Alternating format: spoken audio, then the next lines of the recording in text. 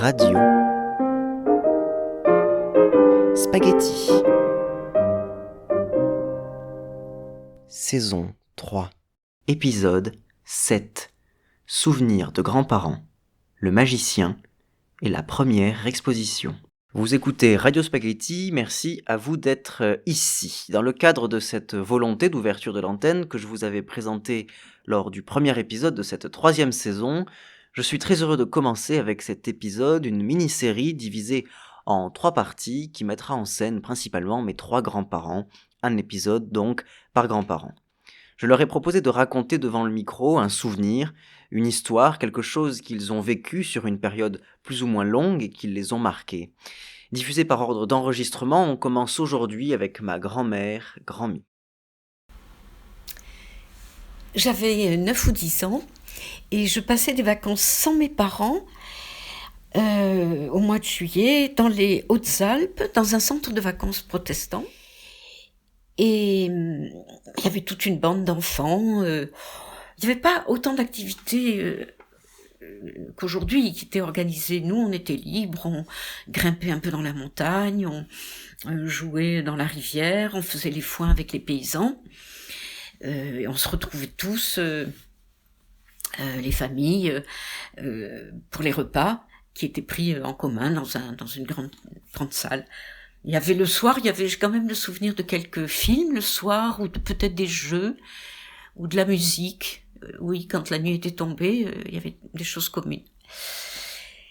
Et un jour, un monsieur tout à fait aimable et souriant s'approche de moi et il me dit montre-moi ta main, donne-moi ta main. Je lui montre ma main, puis il la prend, puis il la regarde comme ça.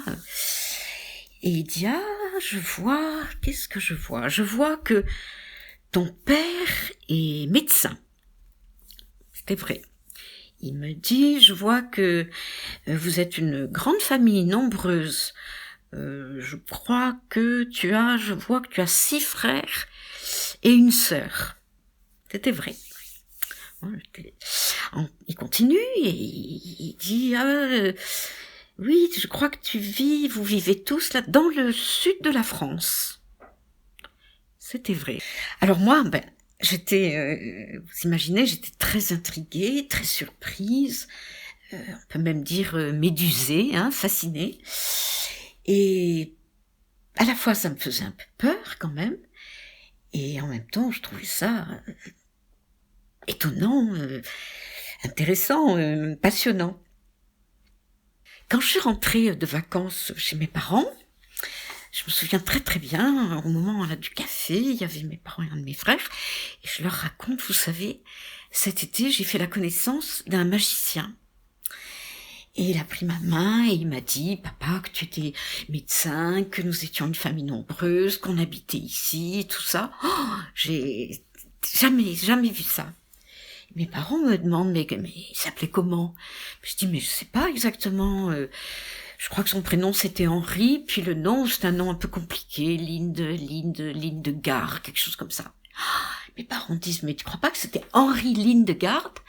Je dis, ah oui, c'est possible, c'est ça. Et mes parents et mon frère se éclatent de rire. Moi je dis, mais pourquoi ? Et ils me disent, mais notre ami Lindegaard, on le connaît très bien. Ah bon ? Mais moi j'étais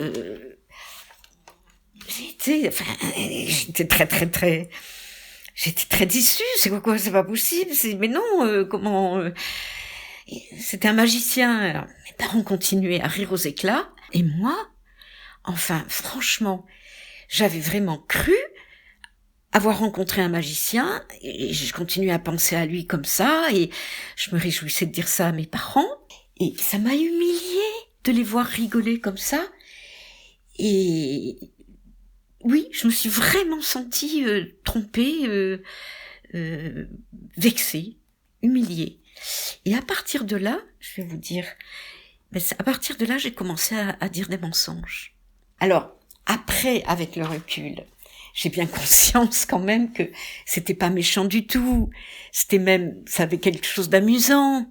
C'était pas, il a pas pensé à mal, cet homme-là. Mais, selon moi, on ne joue pas avec la crédulité d'un enfant.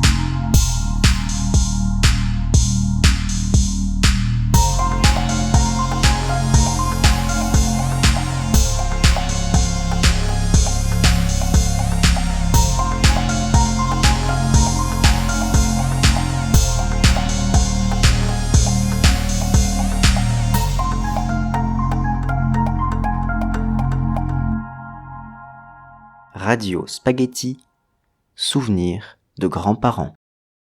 J'avais 9 ans et à l'époque, j'étais dans une école vraiment de campagne, un peu loin de tout. Et à Aix-en-Provence, qui était à une quinzaine de kilomètres de notre école, mais 15 kilomètres d'autrefois, c'est-à-dire petite route, isolée, vraiment campagne. Il y avait une exposition Vincent van Gogh au pavillon de Vendôme. Et notre classe qui d'ailleurs contenait tout, c'est-à-dire ça allait du CP au CM2. Quelquefois, dans la classe de CM1 ou CM2, il y avait que 2 élèves. Tu étais premier ou première sur 2, tu vois. Et la maîtresse s'occupait de tous les enfants, du CP au CM2. Pendant les mêmes cours. Ah ben oui, elle donnait un travail aux uns pendant qu'elle apprenait à lire aux autres. Quand ceux qui avaient appris à lire faisaient un dessin pendant qu'elle faisait du calcul ou de la géométrie avec les autres. Tu vois, il faut être fort quand même pour faire ça. Donc, on va en classe visiter cette exposition. Déjà, le fait d'aller dans un bus, d'aller à Aix, tous ensemble, c'est comme si on allait à Paris presque, tu vois. Et je pense que c'était la première exposition de peinture que je voyais. Déjà à l'époque, il y avait quand même moins d'expositions qu'aujourd'hui, et on n'y emmenait pas forcément les enfants. On pensait que c'était plutôt des trucs pour adultes, ce qui est faux, bien sûr. Et je garde de cette exposition le souvenir d'un tableau de Van Gogh, donc, pas très grand, représentant un sous-bois tel que je n'en avais jamais vu. C'est-à-dire avec tout un parterre recouvert de lierre et les troncs d'arbres recouverts de lierre. Moi, en Provence, j'ai jamais vu ça. Je connaissais les pinettes provençales qui sont marrons avec des aiguilles de pin bien sèches qui craquent sous les pas. J'ai jamais vu un sous-bois comme ça. Donc j'ai trouvé ça absolument extraordinaire, fabuleux. Parce que c'était, en plus, c'était éclairé par des rayons de soleil qui passaient à travers arbres et qui éclairaient le lierre par endroits. Il y avait donc des parties sombres, des parties claires. On pouvait, c'est mon souvenir en tout cas, s'approcher du tableau assez près. Et là, j'ai découvert que c'était pas seulement vert. Il y avait des nuances, il y avait du bleu, il y avait du violet, il y avait du vert très très foncé, il y avait du vert jaune, il y avait peut-être même un peu de rouge, des tout petits points de rouge quelque part. Enfin, il y avait en fait énormément de couleurs. Et je me suis dit, mais c'est pas possible, comment de très près, je vois toutes ces couleurs-là, je m'éloigne, ça donne du vert. Et alors, je ne sais pas si c'est de là que date ma passion pour la peinture, mais vraiment, entre la découverte de ce paysage, même si c'était un petit paysage, tel que je n'avais jamais vu, et puis la découverte de ces couleurs qui, pas vraiment mélangées, côte à côte, je sais pas, donnaient encore une autre impression, j'ai jamais oublié, jamais.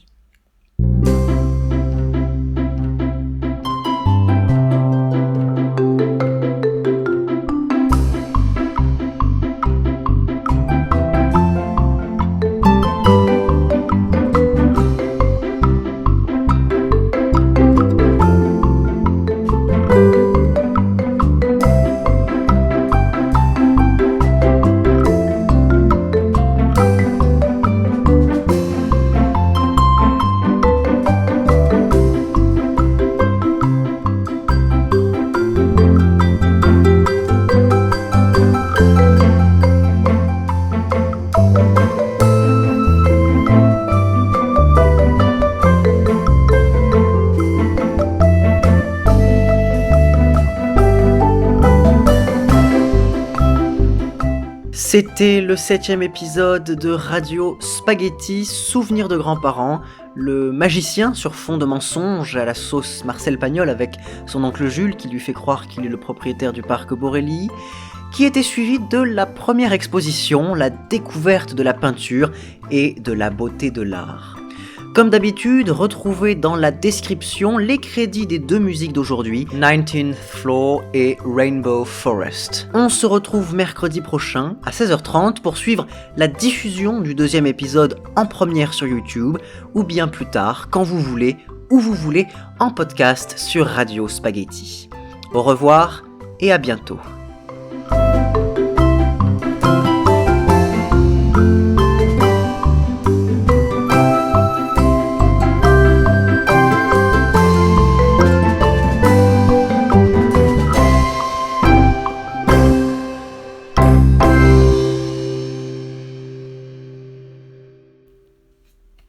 Très bien.